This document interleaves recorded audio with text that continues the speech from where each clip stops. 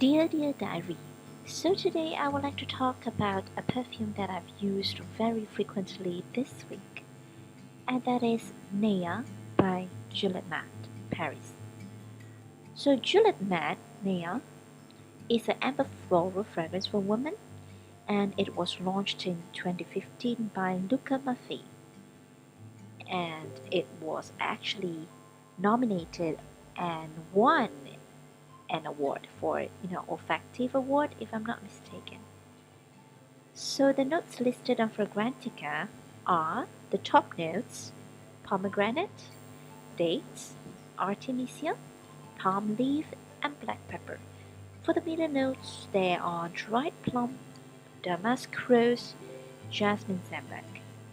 For the base notes, there are caramel, vanilla, tonka bean, benzoin, cashmere, patchouli, ambroxan, and musk.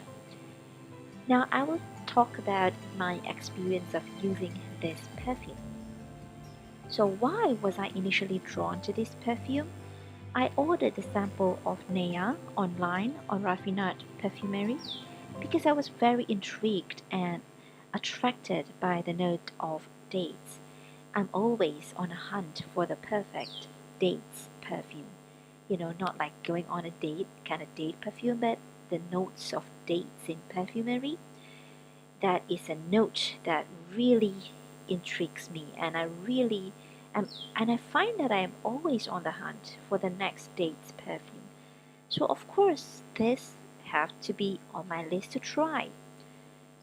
When I first sprayed it, I got a blast of fruitiness, and it's very obvious. It's a very sweet and tart pomegranate. It's not a dense texture. It is almost like I cut open the fruit of this pomegranate, and that is the sourness and the sweetness and the tart that you get from the fruits are there.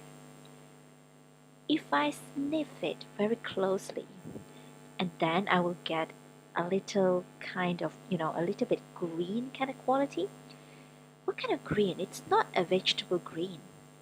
It's a plant green. The kind of raw green that you sniff from the leaf of the palm tree. Yeah, initially there is a little tiny bit of that. So there's a little bit of green, very tiny amount, albeit, and there is a huge amount of this fruitiness. It's very fresh, very sour, and also very high pitched. Well, why would I say that it's high pitched? Because I compared it with another Gourmand perfume which I will review later on um, in the channel. But when I compared this Nea to that perfume, which also has these fruity notes, apparently the fruitiness in Nea is very high pitched. It is very bright, and it's high pitched, but it is never shrieking. Yeah, but it's high enough to attract the attention of the wearer. So it's sweet and it's very high pitched and all that thing. And then, I don't know, I wasn't really quite a big fan at this stage because it's really, really, really sweet. I was more than shocked. I was more than shocked when I first sprayed it. And then it dried down. It develops, not dry down. It develops into this beautiful mixture of plum and dates and rose. Yes, I would have to say that I do get the fruity element more, and not so for the floral counterparts. For the jasmine, I don't think I get much of a jasmine. I think I really get a lot of this fruited, candied rose.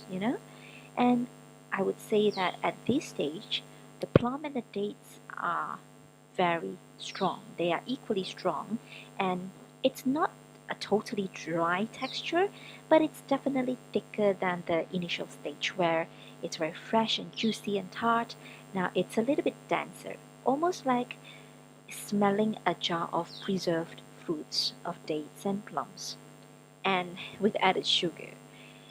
After that, I really quite enjoyed at this stage because I noticed that I don't like pomegranate, not just in this fragrance, but in most fragrance.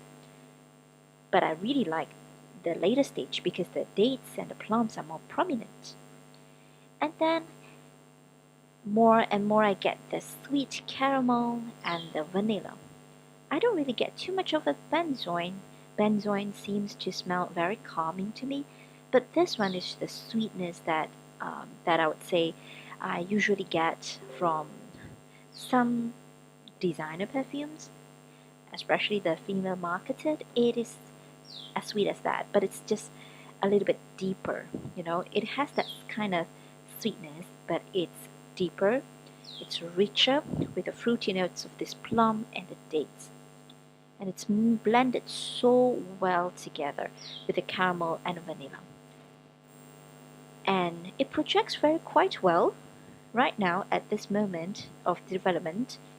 And then as it develops some more into the dry down, this is the part that makes me a little bit disappointed because I feel that as it dries down, I don't get too much of all these tonka bean or benzoin, which I expected. Instead, all I got was a huge blast of this musk and ambroxan. The musk is mixed with the fruits earlier on, but the plum and the dates' delicious sides have soon died down, and to take place, to slowly take over is this musk. It's a fruity musk nonetheless, but I would say that this is the part that I least enjoy, which is why I am already more than halfway through my sample, and I'm still deciding if I should get a bottle because this is the part that I enjoy the least. I wish that the development stage, the caramel, the vanilla, the plum, and the dates, oh my goodness, the dates that I'm always looking for, I hope that that stage will stay longer instead of dying down to this musky, fruity ending. So it's a little bit anticlimax for me. I'm not sure if I would buy a full-size bottle as in of now. Like I still have to test further. I have put it on for a few times, testing one spray and also have full wearings. And it for me the performance doesn't really vary because the condition that I live in is basically just tropical temperature with some rain and humidity. So for me it doesn't make any difference because there's no four seasons in my country. And yeah, that's it. I think I would have to finish the sample and only then I would make up my mind if I should get this bottle or not, because right now I'm not falling head over heels for this. Thank you for tuning in to my perfume diary. Thank you for listening to me rambling. If you want to interact with me, do leave me a comment below. And see you in the next one. Bye.